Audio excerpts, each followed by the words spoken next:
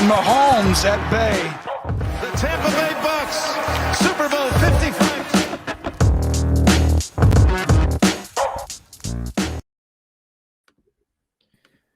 Hello and welcome back to the Bucs Banter Podcast. I am your host, Collin Hall. You can find me on Twitter at SI Buccaneers. And I am joined by just one of my two esteemed co-hosts this evening, and that is the one you all know and love, Bo Yard. We gave Scott the night off as we assumed he'd be a little too off kilter following his round of golf earlier this afternoon. At least too off kilter to present his thoughts appropriately on a live podcast. No, if I'm being honest, I really just didn't want to have to listen to another Urban Meyer rant. So we gave Scotty the night off. And this is actually, Bo, our Derek Brooks episode, as this is the 55th installment of the Bucs Banter Podcast.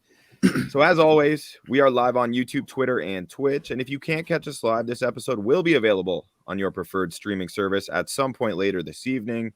If you are joining us for the first time and you like what you see and hear, then please shoot us a subscription on YouTube. It is greatly appreciated. And while you're at it, you can check out all of my written work at Sports Illustrated's only website dedicated specifically to covering the Tampa Bay Buccaneers, and that is bucsgameday.com. The Bucs had their second day of minicamp today, so for tonight's show, we are going to catch up on any headlines coming out of One Buck. It's nice to see all or most of the big-name players are in attendance. And then we're going to dive into some tape talk with our special guest for tonight's show. You can find his work over at Pewter Report, where he's been putting out tremendous columns where he grinds the tape on various players and offers his in-depth analysis of their strengths, weaknesses, and whatever other observations he's able to make. It is my distinct pleasure to introduce a first-time guest on the show, but a prominent figure in the Tampa Bay Buccaneers fan community. That is Josh Queipo of Pewter Report. Hey, Josh, how are you, man? I'm good, guys. How are you? I'm doing great. Bo, you feeling good today? Yeah, I'm not bad, man. Feeling good. I like the throwback hat, Bo. Thank you. Appreciate that. Had to cop this one. And Bo's not even a Bucs fan. That's what's kind of why I like to have him on here. Keep me level-headed. Big logo guy though, and this is a great logo. Yeah, Josh, tell us a little bit about yourself before we get into covering some topics. I mean, tell our listeners like your story. You're from Georgia. Is that where you're located? Is that right? Currently, yeah. I grew up in Tampa. So I grew up a Bucs fan. My teenage years were the Super Bowl run 2002. As a matter of fact, funny story about that was the NFC was at the championship game where they finally got over the hump against the Eagles was the week that I was supposed to go and get my driver's license. And literally we had it scheduled for the day of the game. And I was like, well, I'm not missing this game. And my old man, he was like, well, this is the only time I've got. So you may not be driving on your own for months. Are you sure you want to do this? I was like, absolutely. And I do not regret that decision one bit. It took me about 5-6 months later before I could finally get into to do it again.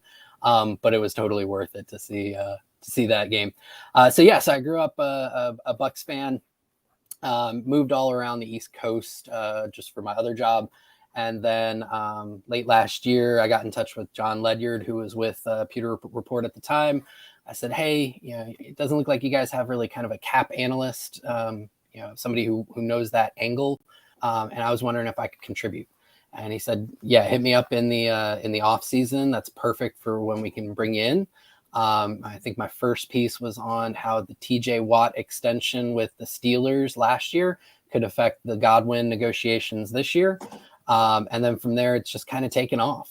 We got to draft season and John did a wonderful job of kind of showing me some ins and outs of creating a draft board.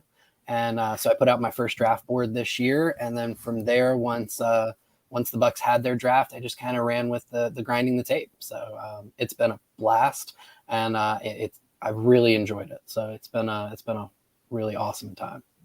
Love that. I can't think of a better mentor for that type of role than John Leonard. I mean, let's be real. John's a GOAT, man. Like he's so good, especially with his draft takes. I've been a follower of his work for many years. Yep.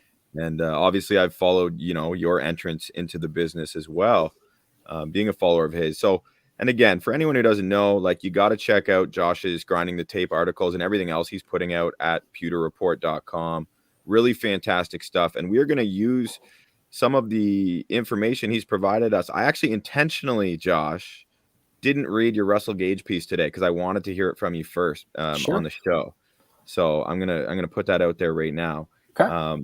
But yeah, I love what you've been doing, man. Super nuanced insight and just really great stuff. So before we get into talking about some of the newest Buccaneers, I want to focus on some of the free agent acquisitions. Of course, Shaq Mason was traded for, and then we'll touch on some of the rookies, and we're just going to kind of see where the conversation goes from there.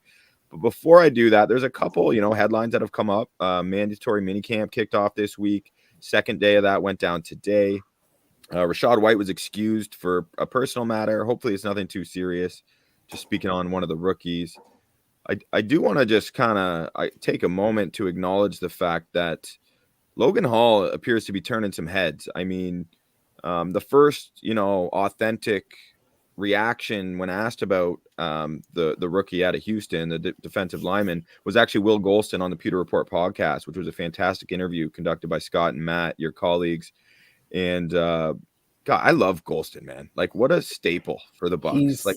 He's an awesome interview. I mean, he just gives so much information. It's not, standard speak or anything like that. He really opens up and gives a lot of really great information and nuance into the locker room. For sure. Like, I felt like I don't know, man. That was an excellent interview. And, one of my favorite parts was hearing him talk about Logan Hall, because it was pretty obvious. He was, I don't want to say astounded, but he was a little taken back when he got to see Logan Hall in person. He compared him to Noah Spence, which of course would raise an eyebrow for a lot of Bucs fans because Spence didn't pan out. But what he said, he was like a little fish for a guy that big. He's like, he's my size and he moves like a little fish. So he's alluding to the fact that Logan Hall is so twitchy and bendy for a player of his size. It's more or less something he hasn't seen before. And I found that to, again, be very genuine with the way he said it. We heard Warren Sapp, who was obviously involved with OTAs.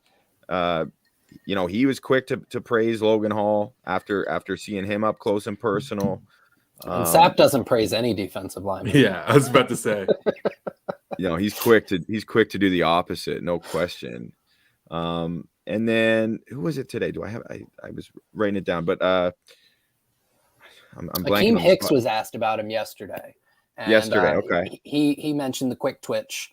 He said, look, it's my first day, so I didn't get to see a ton of it, but he mentioned that. And then he said that the biggest thing he's going to have to work on, just being 6'6", just like, Hicks is a tall guy, is going to be pad level. Was another thing that he had mentioned there. The other one I'm surprised you didn't go with Golston is after he comped him to Noah Spence, he comped him to JJ Watt. So that's pretty high praise. If your career turns out more like Watt than Spence, you're doing pretty good. No doubt. I think I saw that today. It said that he was like more athletic than JJ Watt, which I was just like, holy, this is a lot for a rookie. Yeah, and I don't know if it's quite like that. JJ Watt had a pretty good athletic combine when he was coming out. No doubt. Now, speaking of the Bucs D line, Vita Vea came in looking pretty hefty. A lot of people have spoken on that.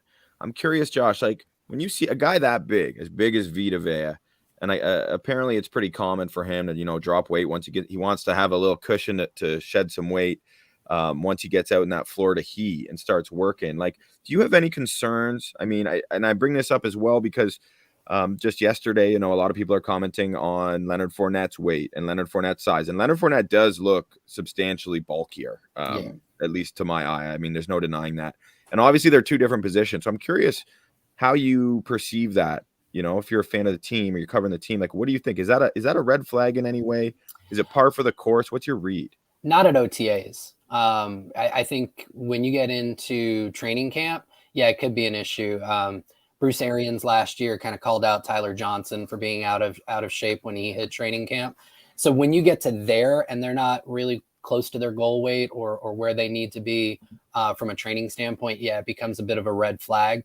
But you even see it with Tyler Johnson last year that he very first day, Arians called him out. By the end of training camp, he's like, he's where he needs to be. So not really at OTAs. Most of these guys know their bodies really well, and they know where they can be to start the process and to shed that weight. So it's something to note.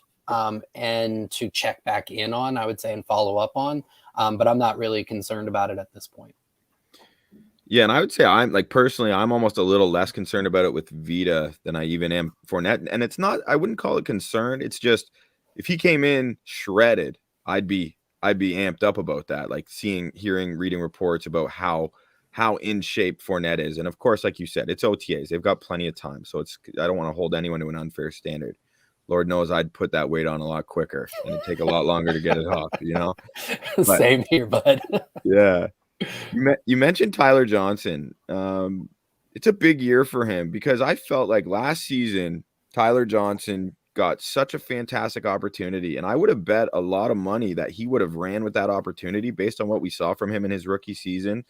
And he fumbled. He fumbled on that. Not literally, but in the sense of he didn't capitalize on the opportunity last year. And it was a little bit disappointing, I think, to a lot of Bucs fans.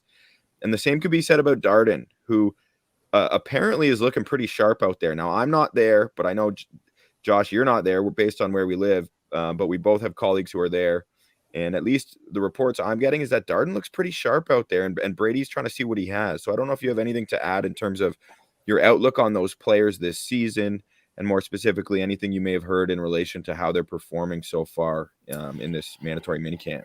Yeah, so from the rest of the Pewter Report team who have been at OTAs, you're right. Darden has really shown up. Him, Scotty Miller have really kind of been the two guys who have stronger opportunities to really make the team and maybe get into that wide receiver 4, wide receiver 5 spot. Both have looked really great. Unfortunately, Scotty's out this week. So Darden's really continued to step up. Scotty had a great week in the last round of OTAs. And then some of the undrafted, guys who have been invited and gotten undrafted contracts, they have also shown up as well.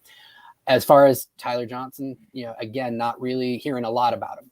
And I think a lot of it comes down to when you think about, that rookie year and how much hype he had coming out of it.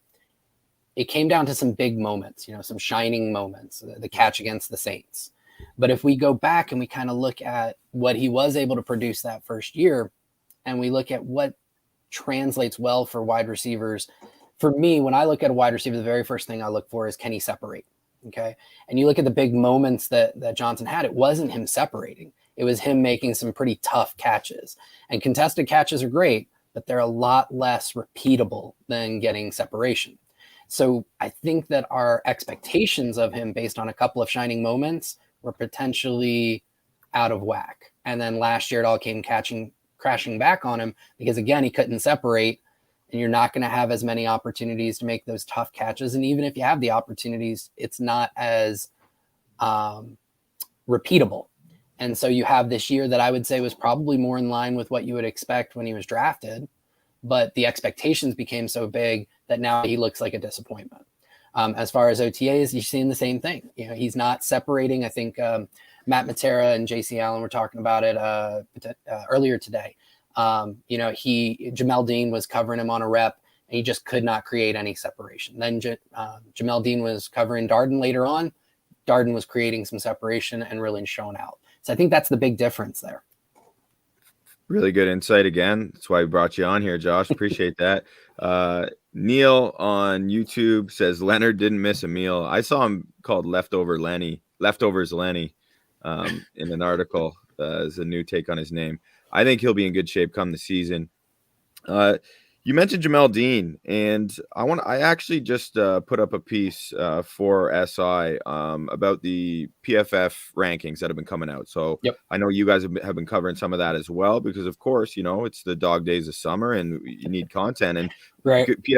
PFF does a great job of putting out content for us to hyper analyze in addition to what they've already done. So the outside cornerback tiers and rankings came out yesterday, 2 days ago, Monday. And I think a lot of people might have been surprised to see Jamel Dean ranked 14th overall amongst outside corners in the NFL. The tier was on the cusp of elite, and he was just behind Carlton Davis, who was ranked 13th. And I think that's not surprising to me to see Carlton Davis ranked 13th on the cusp of elite. Seems like the perfect description of him.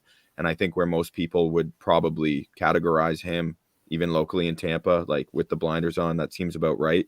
I think this is a big year for Carlton. But in terms of Jamel Dean, I know, he is a like PFF darling, right? Like their analytics model certainly favors the production that he's done in the moments he's healthy and contributing.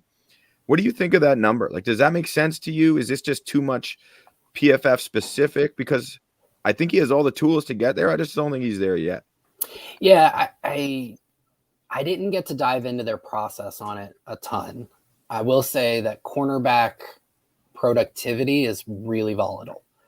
One year you can have an amazing year. The next year, you get hit for just a couple of bad reps and it tanks their grade for you, right? Because it goes as a double minus and just you go down. I will say that Jamel Dean has all the tools to be on the cusp of elite, if not elite. He's got the speed. He's got the size. He definitely has. He balled out last year. I mean, there was a stretch.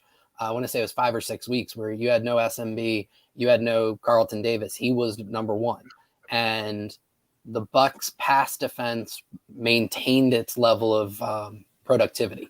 Now that was against some pretty below average offenses overall.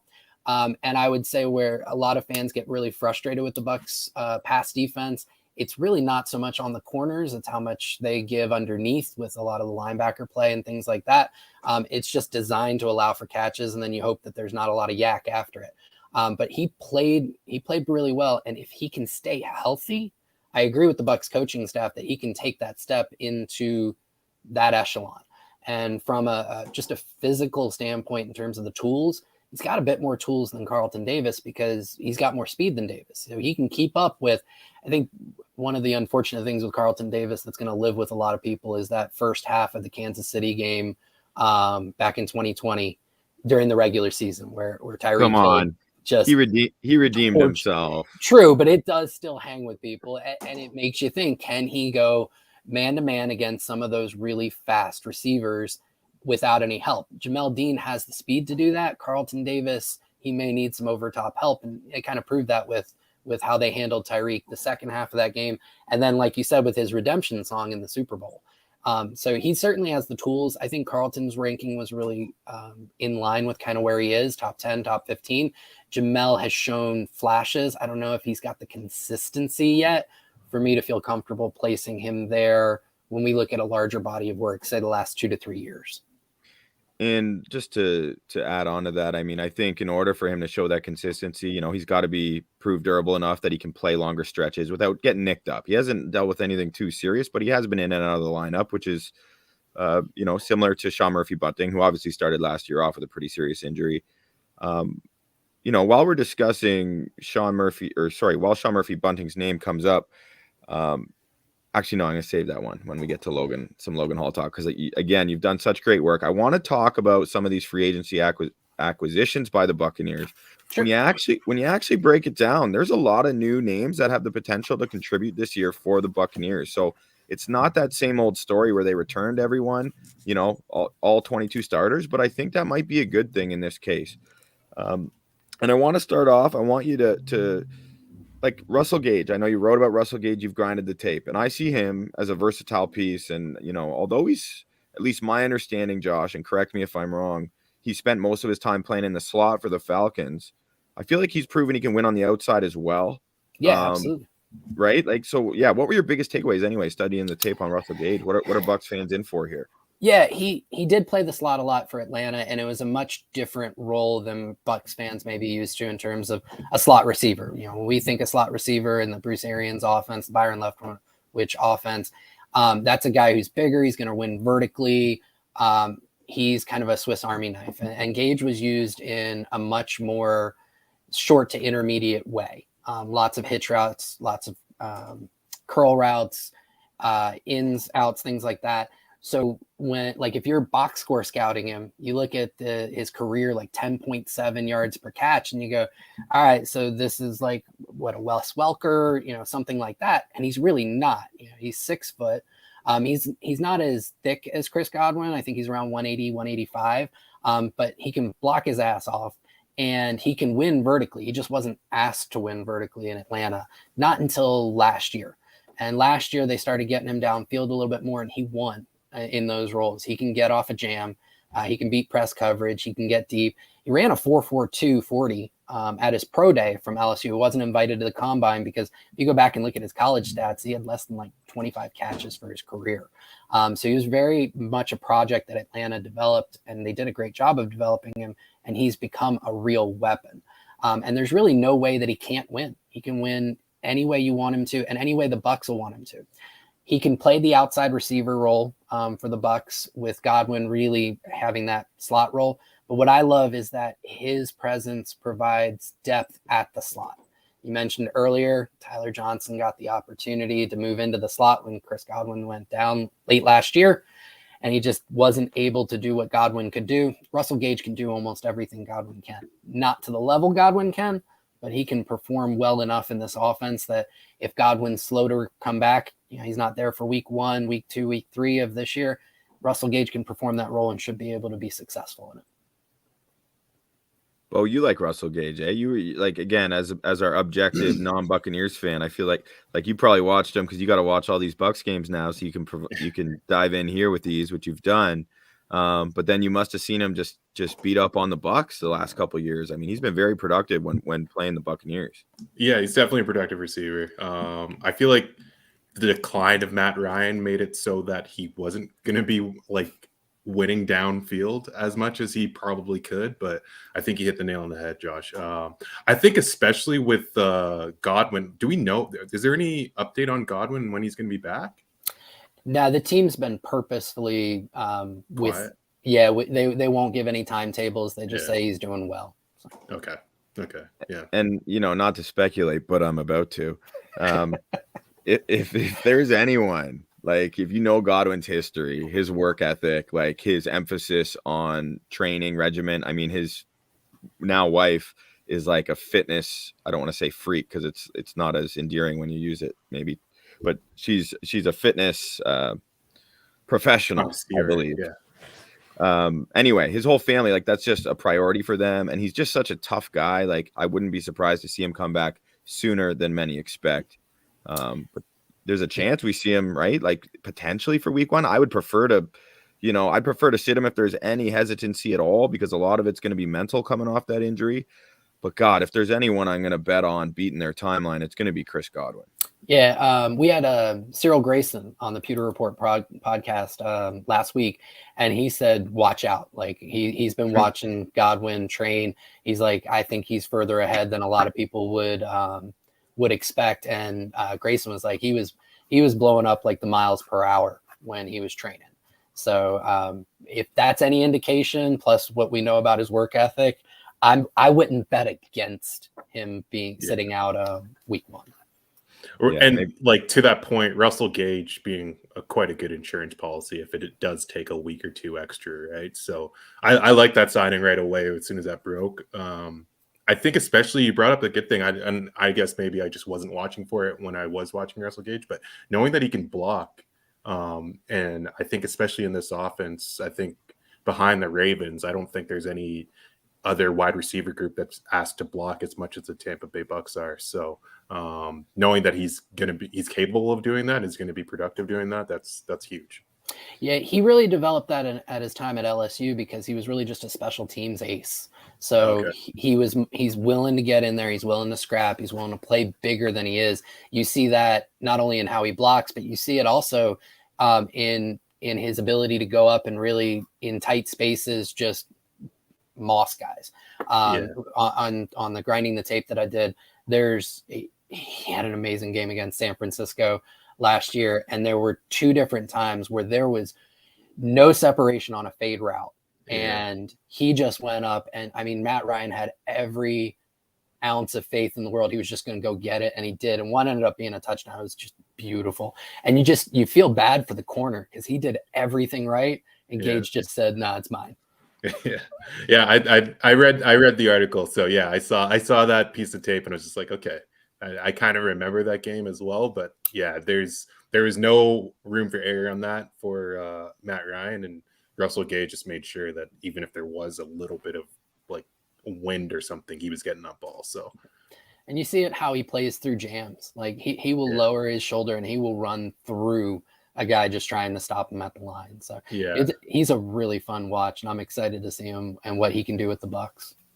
And that physicality that you're describing, I mean, that's just clearly an important attribute for these Bucs receivers, because like think of Evans, think of Godwin, like those are physical players. And the guys who we're talking about fighting tooth and nail to secure that fourth or fifth receiver position, that might be an area where they're not quite as adept. So just an interesting difference there. One of the many differences, but you see it in terms of like how Arians talked about Scotty Miller last year, right? Scotty Miller had this epic, kind of 2020 for what everyone thought he would have, right? First half of the season, he's the team's leading receiver, right? They bring in Antonio Brown, Evans and Godwin get a little bit healthier. All of a sudden he's relegated to number 4, but then you get into the playoffs, he has the big catch against Green Bay. And everyone thinks that between him and Johnson, they're going to do big things last year. And then you kind of don't see Scotty. There were some injury issues there, but Arians publicly said he's got to make some grimy catches, right? So he was even saying there, you've got to play more physical than you've been playing. And Russell Gage will certainly, you won't hear anybody talking about him and a lack of grimy catches. I guess my only counter to that is Scotty Miller isn't gonna be that grimy. That's if you're drafting Scotty Miller, it's kind of to take the top off the defense on occasion. Reminds me of those Deshaun Jackson days. So it's kind of not fair to ask a horse to be a donkey or vice versa. I don't know if that's a real saying. I think I just made it up, but I think it's the other way around. But you were pretty darn close. I don't disagree in terms of what he is and will he ever be that. But you can see it in terms of what the coaching staff places a premium on, and Gage certainly has that in spades. Absolutely. Let's shift to the other side of the ball. Pretty big signing, and I found it interesting. I mean, not only does it kind of signify the inevitable departure of Ndamukong Suh, but bringing in Akiem Hicks, it's something that a lot of Bucs fans had speculated on, and he's a player who has just been so dominant at times, and then obviously the injuries have slowed him down. Do you believe Akiem Hicks, if he can stay relatively healthy, will bring more to the Bucs pass rush than Ndamukong Suh would have? And if so, what is it, Josh, that makes Hicks a greater threat as a pass rusher at this point of his career than Suh at his? Sure. I do think that he will bring more as a pass rusher. I honestly think he'll probably even bring more as a run defender. As great as Suh was over his tenure with Tampa Bay, last year was kind of a step back for him. And while he actually had an amazing final game last year against the Rams, but overall, if you look at the course of the season, he struggled against some wide zone stuff. He'd end up getting his hips turned and kind of getting run off the play. And as far as a pass rusher, he still had times where he could look good. I'm not sure if he had the juice to get home as often as he needed to. With Hicks, you won't have that problem, based on his tape last year. And that was even through some injury plagued games and just a season in general where he ended up getting lost I think he played about half the games. His first step just jumps off the page. I mean, you would think that offensive linemen, they do their tape study. They know what they're getting with Hicks, and he still surprised them. He can just launch off the ball. And that's not something that Suh really had at this point in his career. So that right there, and for me, when I look at pass rushers, that's the very first thing I want to see. Can you fire off the ball with authority? And Hicks certainly can. So he's got that explosive first step. He brings a ton of power. He's got a great bull rush, and he really sets up angles well. That's the thing that really shined through is he gets offensive linemen moving in one direction, and he just sets up a lane to get to the quarterback. And from there, just that pass rush plan that he has and the way he can execute it and how fluid his hips are to allow him to do a lot of those things. He's setting guys up laterally and vertically at the same time. It's a beauty. And it's not something that Suh had at this point in his career. And I do think that given his health, Hicks will be a step up as both a pass rusher and as a run defender. And one of the things that I thought is a perfect example of how detailed you get with your grinding the tape stuff, your work is your tape study is talking about his lateral quickness. Like, it's not something you always hear about when we're analyzing the performance or ability of interior defensive linemen. But the fact that he has that kind of juice to him is unique, right? That's something you can't teach. That's just a form of quick twitch athleticism. Yep. And, as you mentioned, no disrespect to Sue, but it appears as though Hicks, a couple years younger, has a bit more of that juice left in the tank and maybe is more of an explosive athlete anyway. It's just Sue has just dominated off sheer will and force and ferocity over the course of his career, right? That unique mindset, which I believe has helped change the culture in that Bucs locker room. And I don't see anything wrong with moving on at the appropriate time. I said it on our previous show that change is good. And I think this is a good change. And I don't want to call it a gamble, but you're just gambling a little bit on him staying healthy as much as possible. But you have that insurance by adding reinforcements there via the draft, Logan Hall. It sure could pay off in a big way. Yeah, it's a calculated risk. And I think the Bucs were comfortable taking it because of the depth that they set up with, drafting Logan Hall in the second round, right? So last year, if Sue goes down, Golston now moves into your 3 tech, on a much more permanent basis. And then you're asking Nacho and you're asking some Steve McClendon to really win as pass rushers. And that's just not where they've been successful in the past. Now, if Hicks goes down, okay, we can rotate Golston, who's still effective in that role, with Logan Hall. And they feel better about that depth at the pass rush. So they're willing to take the risk. And I think it's a smart play. As far as what she said about, the quick twitch, the lateral agility, I think it's becoming more and more necessary for interior defensive linemen with the prevalence of the wide zone offense. You need it. You need to have that lateral agility to win in the run, as a run defender these days. And it sure can help it as a pass rusher. And just to think I actually want to ask you a question about Logan Hall. So the acquisition of Akiem Hicks, one of the things I thought of, and I'm really curious to get your take on this. I think bringing in, when they drafted Logan Hall, the intention, I think, is primarily as an interior defensive lineman. Obviously, they love his versatility and would have still utilized him off the edge in sub packages and on certain occasions. But do you think it could mean they're going to, because the edge rusher position, I mean, obviously they're expecting big things from JTS and Shaq Barrett as well. But after that, there's not a ton of depth at the edge position. And I can't help but wonder, does this mean we're going to see a lot more Logan? They're going to find a way to get Logan Hall on the field, and it could be to spell those guys more frequently than at least I anticipated prior to the acquisition of Akiem Hicks. It's possible. It's hard to say right now. One of the things that I think has kind of been a theme of this offseason for the Bucs, at least on defense, is versatility. You see, a lot of the acquisitions that they've made, they have a lot of versatile skill sets, which allows you to kind of move pieces around. Logan Hall certainly fits that bill. Dane Brugler from The Athletic, who does an amazing job in terms of draft prep and creating what he calls the beast. And he goes in depth on over like 300 different prospects. He had Hall listed as an edge rusher, not as an interior defensive lineman. I think he was like a top 5 edge rusher for him. The Bucs obviously drafted him to be an interior defensive lineman. And he has experience working off the edge when he was at Houston. So it's certainly a possibility. The thing that I worry about is how much does that stunt his development as an interior defensive lineman? We saw last year the Bucs move JTS around a lot, and a lot of Bucs fans were a bit disappointed with his level of production. Well, he had a year off from football. Let's not forget that. At Washington, they had an abbreviated season in 2020 due to COVID, and he opted out and just spent the time just getting ripped. So he had a full year off, and then when he went to Tampa Bay, they used him on the edge, but they also used him on the interior, and those are 2 different skill sets. They require 2 different ways of moving, and some could say that it potentially stunted his growth as an edge rusher.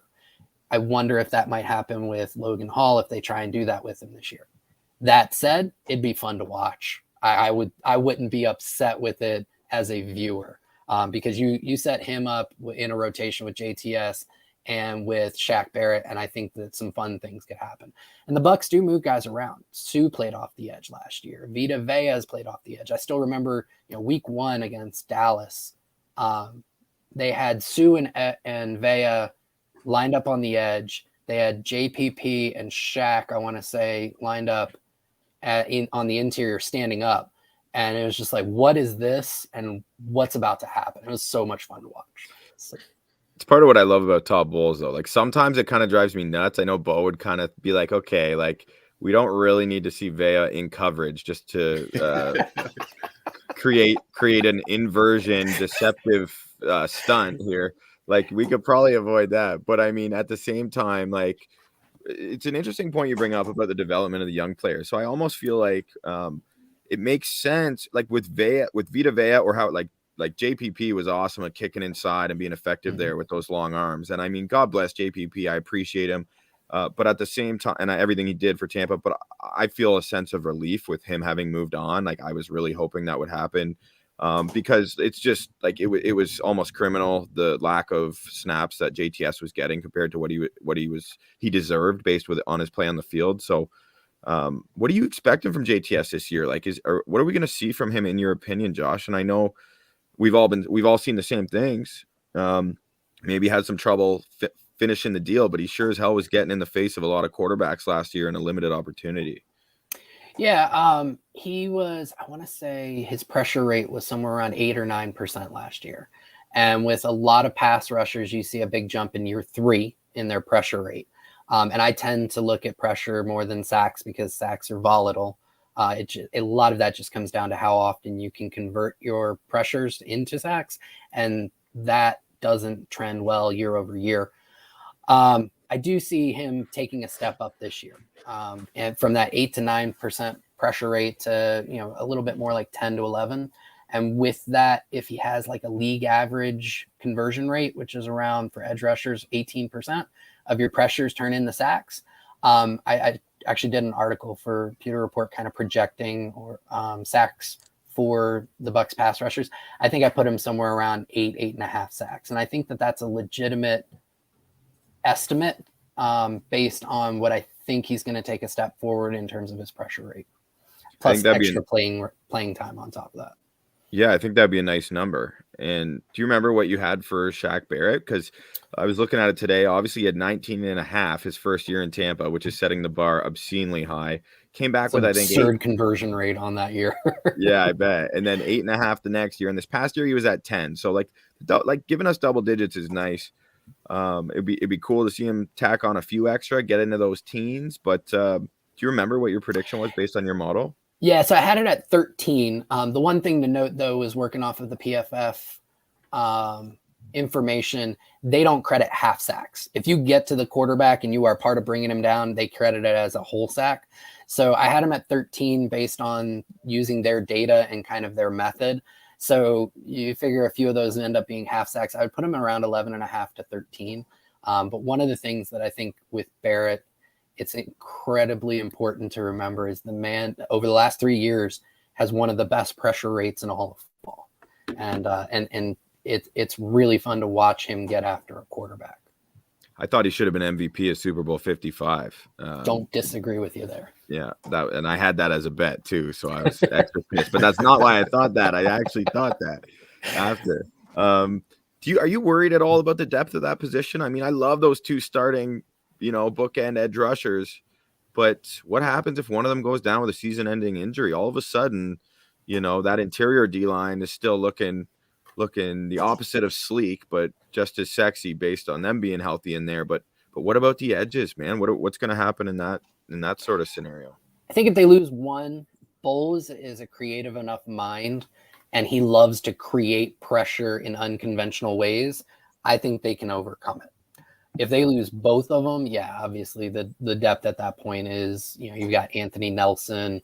Cam Gill right now, I think, is slotted in as kind of edge rusher 4, and Cam Gill can be fun on some sub packages late, on long and late downs. But for him to hold up at sub 240 in that role over the course of a full game or multiple games, I think is asking a lot of him. So one edge rusher, yeah, I think they can still survive it. If both of them go down, that's going to be a tough pill to swallow. Maybe you could see Bowles get a little creative instead of the Vita Vea in coverage. Maybe throw Devin White into a kind of a Micah Parsons role. I would love to see White in some sub packages there. If nothing else, it gets him out of coverage. Great suggestion, Bodan. Yeah, that's exactly what Bo says. He's always giving me a hard time because I've been like a big Devin White believer, and this year this past season I had to kind of eat my words a little bit. Speaking of PFF, that's a guy PFF hates. He wasn't even in their top 32 rankings. But again, there's a specifically focus to their model. I mean, you ask any GM, any GM's nephew's cousin, and they all know Devin White is a top 32 linebacker in the NFL. At least that's what I think. So I'm hoping for a bounce back year from Devin White this year. What's interesting about White is the PFF models absolutely don't like him, right? His PFF grades are terrible. You start listening to some of their analysts and they talk about how like White sacrifices so the defense can succeed, which I don't necessarily agree with, but a lot of their analysts really still believe in him. He's got all the physical tools and it's fun to watch him on the podium when he's asked about it because he knows where he needs to work and he's very honest about it in terms of when he's in those very formal, media sessions. He's like, I've got to get better in zone reads. I've got to be able to understand that concept better. And so he's got the tools to be elite. I don't think he's ascended there yet. I think he wants to.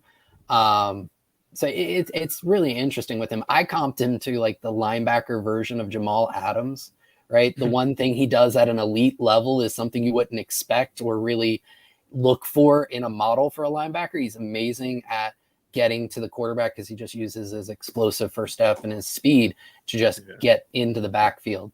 But the things that you really want out of that position, he's still working on.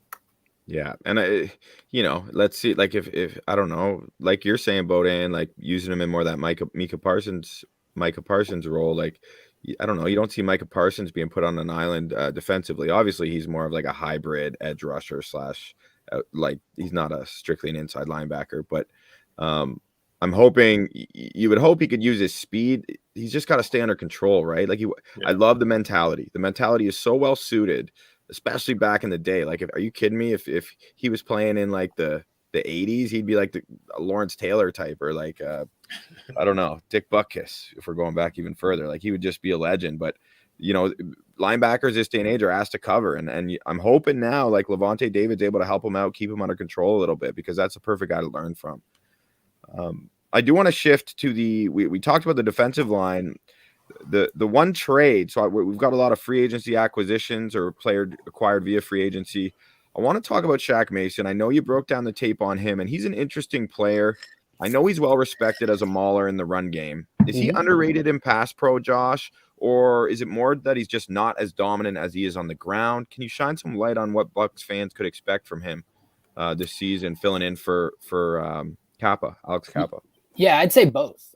He's underrated, but he isn't as dominant as a pass blocker as he is a run blocker. He's absolutely more comfortable moving forward than he is moving back. When I was watching him, his anchor isn't that great. And so for those who don't really know, like, is he able to set his feet and just let some guy who's trying to power over him just stop him, right? Yeah. And his anchor isn't the best, all right? It's just not his thing. But he makes up for it in terms of a lot of it's mirroring. Like, he's just really great at mirroring the defender. So he's always keeping himself between the defender and the quarterback. And as long as there's something in between the defender and the quarterback, it's going to be really hard, unless he's just Vita Veaing you right into the quarterback. It's going to be really hard to get there. So he's a technician. He's great with his hands. He's got a solid punch. And all of that allows him to be above average, I would say, and very effective as a pass protector. He's just, all his highlights are just going to come as a run defender, because the man will just run your ass over when told to. So that's the really cool thing about Mason. But you put him in there and you feel as good about him at right guard as you did about Ali Marpet at left guard. Just in general, you feel good about it. Brady's not going to go into any week and go, I'm worried about my right guard as long as Shaq Mason's starting. It's just not going to happen. Wow, So, big praise. I like that, man. That's good. Huge. That's good because that is Ali Marpet, right? If you got any offensive lineman, but especially along the interior, if you don't notice them, that means they're doing a damn good job. And that's ultimately what you've described right there. Luke Goedeke. I was pronouncing it Luke Goedeke, and then I heard him we all recently. were. It's Goedeke. But I don't think he was perceived to be, a second round pick, or at least at that spot. Jason Light, man, like this guy and his staff do a hell of a job identifying talent along the offensive line, especially like those guards. We saw something in Ryan Jensen, and he's just hitting at an almost what feels like an sustainable clip in terms of his investments in the position. I have confidence in Goedeke just based off of the fact that they thought he was worth moving up, whatever it was, 5 spots to grab him in the second round. Third round, what am I? No, They he moved was the second. 57th or something like that. Yeah, around there. Yeah, he was late second. Anyway, you've broken down the tape on Goedeke, I believe. Is that right? So I didn't get a chance to do Goedeke. John Ledyard did a fantastic piece on him. Now, because it was John Ledyard, I read everything he did. He's written for Pewter Report even before I worked for them. So he did a great breakdown on him. And Goedeke, very similar to Mason, just high level in terms of where does he win versus, what's his stronger game. He's much more comfortable as a run blocker than he is as a pass blocker. The other thing with Goedeke is there's going to be a transition period. He played mostly right tackle at Central Michigan. He's kicking inside to guard, where his athleticism is going to play a lot better at guard than it did at tackle. He just didn't have the long enough arms to really be successful against long-limbed edge rushers. And he's a mauler. I mean, and he's quoted as saying, he's a glass eater. He really is. He just loves breaking people's spirits. And so he's going to run over dudes. And I'm excited to see the two of them pair with Jensen, what that could mean for the Bucs run game. Not that I want to see them run the ball 35 times a game, but I'd love to see them be more efficient. And from there, potentially set up more play action, which is where the offense really wins if you look at it on an efficiency basis. But the three of them are going to really set that up. Now, he's still got to win the job. And he'll be a better pass protector on the inside than he was as a tackle at Central Michigan. But he's still got some ways to go there. I remember I watched him for draft scouting, and I can't remember who I watched him against. And he had a hard time. I think it was the Kentucky game. And he had a hard time as pass protection, but he had some really amazing reps running in run running the ball. Sorry. No, you're good. So sorry. I was just gonna say, is he in the mix to start, you'd think, over Aaron Stinney? Is Robert Hainsey at all? Is there any conversation about him getting some reps at left guard, or no? So I think based on the OTA reports that my guys had, him and Stinney definitely were in play. I think Hainsey didn't get much in terms of reps. And I would say it's probably a two-man race if I had to, bet on it. Goedeke's definitely got the better physical profile. Stinney's got, I would say, he's got the history. He's proven that he can do it in short spurts. And I would say the Bucs are they want Goedeke to win it from Stinney is the way I would put it. Cool. Now, a couple of acquisitions, veteran acquisitions on the back end of the defense in Logan Ryan and Keanu O'Neal. Very familiar names for most NFL fans.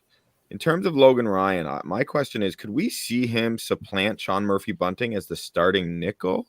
Or do you think, like they're all saying, like they're being very guarded in Todd Bowles and him in terms of where they're going to use him? Everyone's talking about his versatility. We'll use him everywhere. Do you think that could be the plan? Because I know a lot of people, I think John Ledyard specifically was quite fond of his play, saying he's best suited to play in that slot.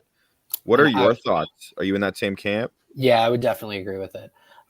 His best years were his last year with New England and then his time with Tennessee. And those were the years he was primarily played in the slot. He's got great hands. He blitzes off the edge so well. And for longtime Bucs fans, it could remind you of Rondé Barber and what he was able to do from the slot. it is where he's best suited. When you put him up high, and I'm not saying he can't play high, he can't play free safety a little bit. It's not something that I want to ask him to do a ton. But I think that his ability to mirror and match down low and his communication skills, he does well against bunch sets, just pulling his man and staying with him. He's definitely best served as a nickel corner. Yeah, because I think like Sean Murphy-Bunting is a guy who, I mean, he's gotten so much slack from this Buccaneers coaching staff. I mean, it feels like he has the longest leash ever. Like aside from, man, in that playoff run, like he was a ball hawk and he has good hands for a DB. But I do feel like at times it feels like he's almost a liability out there. And I know he was coming off a pretty bad injury to start the year, but I would love to see Sean Murphy-Bunting have to compete and feel some pressure to hold that kind of position within the defense, because I love Davis and Dean outside, both looking to take, a step up from the cusp of elite to elite, if we're quoting PFF. But really curious to see what happens and how he's used in terms of Logan Ryan and Sean Murphy-Bunting.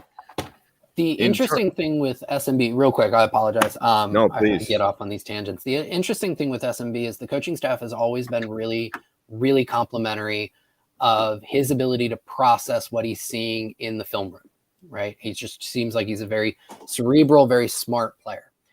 I was listening to the PFF podcast a couple weeks ago. They had Rick Spielman, former GM for the Vikings, on, and he was really breaking down kind of what it looks like to roster build from an actual GM's perspective. And one of the things that he talked about was he went through a draft process with a prospect who didn't give out the name. He shouldn't have. I'm glad he didn't. But they were doing an interview with the kid, and they showed him some stuff on in terms of breaking down a play. Then they asked him to break it down, and he goes, he could break it down better than the coach did, right? He just awesome recall. Apparently he had a didactic memory, but basically perfect recall, and he could break it down easily, right? What they found out, and so they ended up drafting him, and what they found out was his ability to break it down in the classroom, and then the speed needed to break it down and have the muscle memory to do what you have to do on the field. Two different worlds. It's like it's the difference between practical learners and theoretical learners, right? Yep. Some people might excel in a university environment. So at least here, like we're in Canada, actually. I don't know if you even knew that, Josh, but in Canada, like university and college is generally viewed as the more practical learners route. A lot of like hands-on stuff, right? Yep. For those types of learners, whereas university is more the academia side. So it's a really interesting dichotomy there to bring up, and that makes a lot of sense. That's super interesting. Yep. I think it goes to, we as I would say us in the media, and then a lot of fans, you just expect guys to get it, right? Like it's the Madden, the Madden mentality. This guy's an 83 overall rating. That means he's going to be better than the 81 overall rating. It doesn't work like that. They're humans, right? And they learn differently. They are affected by things outside of their work environment, just like all of us are. They're just on a much more public stage. And the expectation from the people who absorb what they, the content that they bring for us in terms of their jobs is for them to be almost robotic. And it's just not possible. So you look at an SMB, he learns in the classroom, from what we've heard, very, very well. He's, to this point, had trouble translating that at the speed necessary to be successful consistently, despite having the physical tools. Translation, execution, right? Physical execution, for sure. Yep. That's a super interesting point. The tight end position, Josh, throughout this offseason, as I mentioned on the last episode of the Bucs Banter podcast, I had been very like pump the brakes to all the Bucs Nation, like just pump the brakes. He could be retired. Let's not just assume. But my optimism reached a different level. And I, for whatever reason, I can't explain it, started to feel much more positive about the likelihood of Gronkowski returning and it being more a matter of the team, maybe an under the table agreement, or maybe it's not even gone that far, but the hope being he just needs as much time off as he can and he'll join at the last possible minute. I'm curious where you stand on that. My understanding also, because I want to get some of your cap knowledge involved in the conversation here. They have enough money. You wrote a great article about it also. So I'll let you kind of talk about the cap. If they were to sign Gronk, would they have any wiggle room in addition to that? And just sort of what are your thoughts on the Gronkowski situation? So they can afford him. It's going to be a deal a lot like Hicks. It's going to be a deal a lot like a lot of these veterans. You're going to push dead money, right? So it's going to be a 1-year deal. I would say around 8 to 10 million, which is what he's played the last 2 years for the Bucs. 2020 he played on the last year of his Patriots deal when he came out of retirement, which was 10 million. And then last year, I think they signed him for 8. He had a great year last year. I think he deserves more. I think back to the $10 million range. I don't think he's worth the 15 million that Pro Football Network put out there, which was ridiculous. But they can afford him. Thanks for putting him in their place on that one, Josh, by the way. That was good. That was one of the most fun pieces I've ever written in my life. You're like, yeah, Gronk's good, but he's not $15 million a year. He's what not are you George guys talking Kittle. about? Yeah. So they can afford him, but what it'll be is, so let's say it's 1 year, $10 million. The cap hit this year will be somewhere around 3.5 to 4 million. The rest of it will be deferred into void years, which will end up hitting next year's cap, all of it. So you'll get 6 to 6.5 million would go dead next year. Go ahead. I was gonna say, as Bucs fans are just getting familiar with this old Saints practice that they seem to have been doing for a decade, kicking money down the line. Are the Bucs doing it in a calculated enough manner where it isn't necessarily going to bite them as much as we all envision it biting the Saints, and hearing it's going to eventually come down crumbling for them, even though it apparently never does? It will have an impact. Will it screw the team over? Not at all. It hasn't. I will say it hasn't screwed the Saints, right, over the decade plus that they've been doing it, but it does force them to make some tough decisions, right? The cap is not real, club. They're wrong. The cap is real, and it does force some tough decisions. Typically what that is your tier 2 players. You may not be able to keep them. The Saints have done a fantastic job of being able to sustain this practice 2 different ways. Number one, their drafting has been phenomenal. And I want to say it was the 2017 draft class that has really buoyed them over the last 5 years, right? I think that was the year they had Ramchick, they had Armstead, Kamara.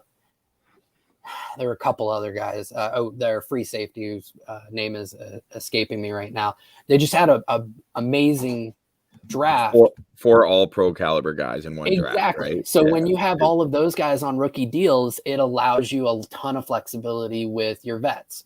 The other thing that the Saints have been able to do is they let go of those tier 2 guys, and then late in the offseason, they pick up more tier 2 guys on cheaper contracts, right? Guys who like a James Bradbury, right? Who get released by the team, wasn't a free agent at the beginning of the offseason, right? Gets released by their team, and they're able to pull that guy in on a much cheaper deal than what he would have gotten if he was there at the beginning of free agency. They've done an amazing job with it. The Bucs won't be screwed. They're looking at, as of right now, a little over $49 million worth of dead cap next year. And that sounds like a big number. It is a big number. They had $19 million worth of dead cap this year. Okay, so we're really only looking at about a $30 million difference. The cap is going to explode over the next few years. The NFL just signed their new deal with Amazon. The revenues have been phenomenal over the last few years, COVID notwithstanding. The cap this year is $208 million. I projected at about 225 next year. So we just do some simple math there. We were already at $19 million in dead cap this year. Next year, we're going to be at $49 million. That's $30 million worth of difference. Well, the cap's going to go up $17 million. That accounts for more than half of that difference. So now you're looking at a difference of about $13 million. Okay, it's something. It's not everything, right? So, and the Bucs can make a lot of different moves. Vita's contract is very easy to push money down the line. Shaq Barrett's contract is very easy to push money down the line. Mike Evans, you could see potentially an extension that would lower his cap number. Chris Godwin, I think his cap number could be manipulated next year. So they can create the room. The biggest issue for them next offseason is who's going to play quarterback and how much will that cost? Comes back to that for sure. And the way you just articulated that so beautifully for us and our listeners, Josh, we appreciate. Recently, in an article for USA Today, Doug Farrar, who's a great NFL player and draft prospect analyst, he identified Antoine Winfield Jr. as one of the most underrated players in the NFL.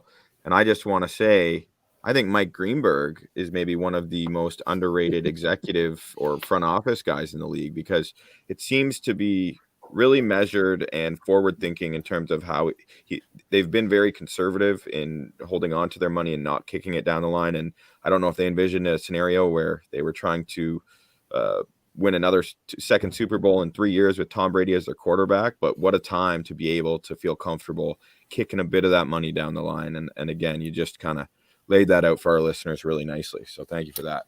Yeah, the cool thing with Greenberg is he very much understands how to adapt his process to where the team is in their winning window, right? For years, when they were trying to just start winning, he set the contracts up where, all right, we'll bring in a big name guy, we'll give him a lot of money, but if he doesn't work out by year 2, we can cut bait with very little impact to our cap go forward. Defensive end around 2015, and their left tackle is a big. Oh, is it George Johnson or from Cincinnati? Is that the guy? It was the left tackle and the defensive end from Cincinnati. Oh, sorry, defensive end. Both of those contracts they were able to get out of after year 2. Okay, Michael Johnson. Yep, he was the defensive end, and then I want to say the left tackle was Anthony something. I can't believe it escapes me right now. So, a lot of names, man. A lot of names. When you were spewing off those numbers, I was just picturing the Zach Galifianakis meme of like processing the numbers. So why don't you just take it easy on yourself with the words, bro? And I appreciate that. But they were able to structure the contracts to where if the guy doesn't work out, you can cut bait and run. These days, it's much harder to do that with some of the contracts that they've structured, but that's okay because these are established stars. We know the level of play that we're going to get from them, and you feel comfortable guaranteeing the second, the third year in order to maximize your winning window. And in order to get, because the reason they're guaranteeing those second and third years is to get the first year cap number low to allow them to do as much as they can this year. The player wants that guaranteed money. It has to be accounted for at some point. So if you're not going to account for it, much of it in year 1, that's going to happen year 2, year 3, and down the road. Awesome stuff. And, in the blink of an eye, we have exceeded our personally imposed quota of 1 hour, 60 minutes time. But I couldn't think of a better way to do it, Josh. I've been admiring your work for quite some time. You and I have connected on Twitter, and it's truly been a pleasure to have you join us here on the show. Our listeners get to learn a lot and get to introduce themselves to you. And I just want to say once more before we go our separate ways that everyone, make sure you check out Josh's work at PewterReport.com. He does fantastic breakdowns there. Follow him on Twitter at Josh_Queipo. And yeah, Josh, any parting words for us before we get up on out of here? No, man, I really enjoyed it. I had a blast. Anytime you want to have me on in the future, I love talking this type of stuff. So, and to be honest, your time of day works a little bit better than the place that I work for.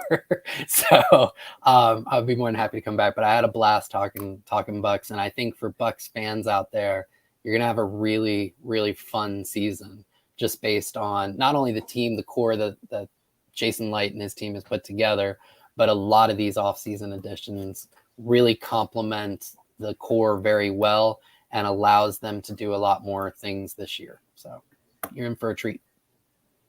Beautiful parting message. So on that note, on behalf of Bodan at Bono's Ball on Twitter and myself at SI Buccaneers on Twitter, we want to thank you for joining us for another episode of the Bucs Banter podcast. In what was our Derek Brooks episode, there he is right there behind me. Tribute to one of the greatest defensive players of all time. Thanks so much for joining us, and be well. Go Bucs.